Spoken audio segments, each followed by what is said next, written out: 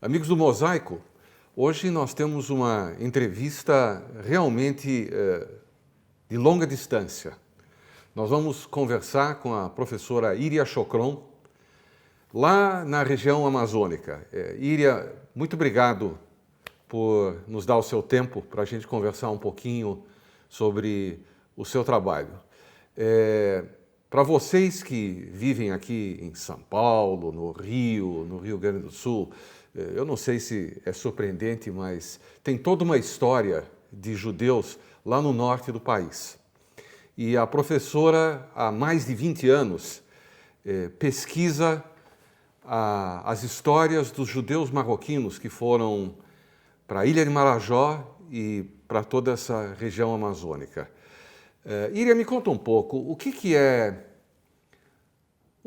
surpreendente na história desses judeus que vieram os judeus marrocos que vieram para o Brasil e foram parar lá em cima, a gente diria, olhando no mapa? Bom, é uma alegria estar aqui com vocês. Obrigada pelo convite. Maravilhoso. Gosto muito do Mosaico, antes de mais nada.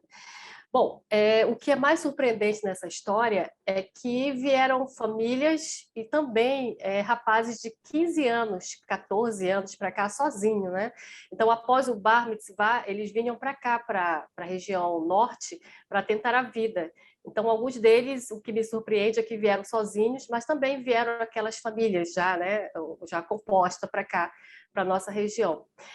Outra coisa bem surpreendente também é que eles não viviam, como se propala muito, né, eles não viviam somente da economia da borracha no século XIX, mas também eles tinham canaviais por aqui. Havia judeus que tinham escravos, inclusive, e isso é bem surpreendente aqui na nossa ilha de Marajó. A história dos judeus marroquinos na Ilha do Marajó e no próprio, vamos dizer, na região amazônica, eu poderia dizer que é uma história de sucesso?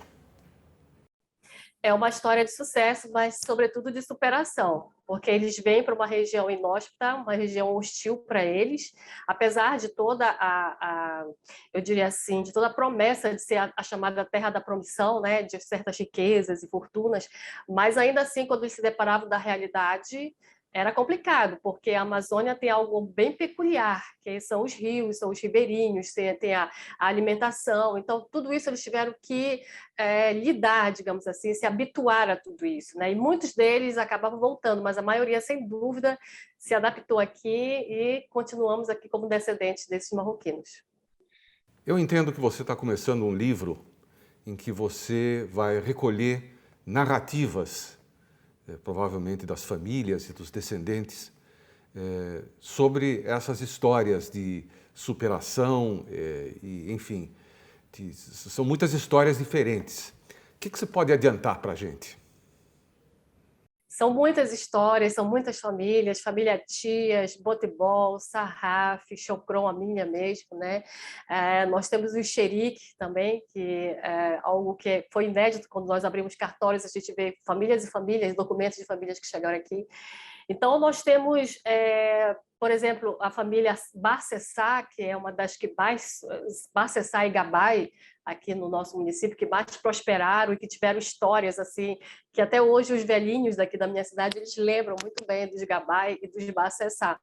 Então, é essas pequenas histórias que nós estamos colocando no livro, né? Eu e a minha equipe, para mostrar como é que era o cotidiano deles, a socialização com os locais, né? O dia a dia deles. Então, basicamente, por esse caminho que nós queremos ir.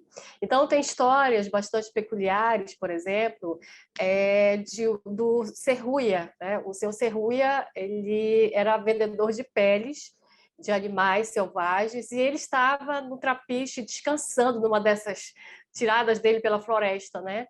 E aí chegou num caboclo com um corpo dentro da canoa. E aí ele disse, esse caboclo perguntou para ele, você é judeu? E ele disse, eu sou judeu. E aí ele, olha, eu estou com um corpo aqui que é do meu pai, e ele deixou um bilhete, eu não sei ler, você pode ler? E aí o seu Serruia, ele abriu o bilhete e dizia, eu sou judeu, e eu quero ser enterrado como judeu. Então, aí o Serruia teve que, né, fazer a reza, o Kadish, né, para o corpo do Senhor. Então, são essas histórias que a gente vai começar contando, né? Essas curiosidades que aconteciam com eles, que eram surpreendentes. Eu acho, eu acho fantástico, eu acho fascinante. Mesmo correndo o risco de falar aqui uma bobagem imensa, né, vinda dessas pessoas que moram em cidade grande, Marajó é conhecida, a ilha de Marajó é conhecida pelos seus búfalos. Nós tivemos fazendeiros judeus. Sim, sim, tivemos fazendeiros judeus, os Benchimol, lá para perto de Soure, né, descendo Soure, e também os Levi também. Então, sem dúvida nenhuma, tivemos judeus fazendeiros por aqui. Mas a maioria veio porque o Marajó ele é dividido em cidades florestas e cidades de praia, cidades praianas turísticas, que é o caso de Soure, que tem búfalos e búfalos, né, que nós somos conhecidos por isso. Mas o outro lado do Marajó justamente aqui atraiu mais os judeus, exatamente por ter árvores, né, seringais, que era, na época, a riqueza aqui. Então, eles vinham para cá, para o nosso lado, que é a cidade floresta, que são cidades que emergem justamente no meio da floresta, que você vem de avião e vê na floresta amazônica e do nada aparece uma cidade. Entendeu? Então, eles vinham, sem dúvida, mais para esse lado. Mas essas famílias, os Levi, os Benoliel e Benchimol, para o lado de Soure, se tornaram fazendeiros, sim. O livro já tem nome? Ainda não. Nós queremos lançar ano que vem, né? E eu espero que a gente já consiga assim, algum título para ele. Por enquanto, ainda não. Bom, eu quero que você saiba que o Mosaico está à disposição para ajudar no lançamento e na divulgação. Eu fico realmente impressionado e principalmente fascinado com a ideia de que, além do judeu prestamista, o judeu da confecção, o judeu do pequeno comércio, que são as primeiras histórias que nós temos aqui no Brasil dos imigrantes, nós também temos o judeu seringalista, o judeu fazendeiro. O judeu regatão, que é esses comerciais fluviais, eles tinham meu avô era regatão, eles vendiam nos rios, nos fundos, assim, né? Nos igarapés.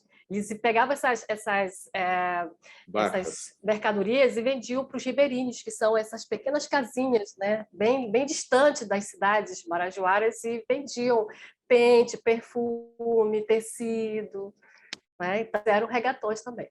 Professora, mais uma vez, muito obrigado por ceder seu tempo para conversar conosco. Nós ficamos aguardando o lançamento do seu livro. Obrigada. Até a próxima. Até a próxima. Mosaico volta já já.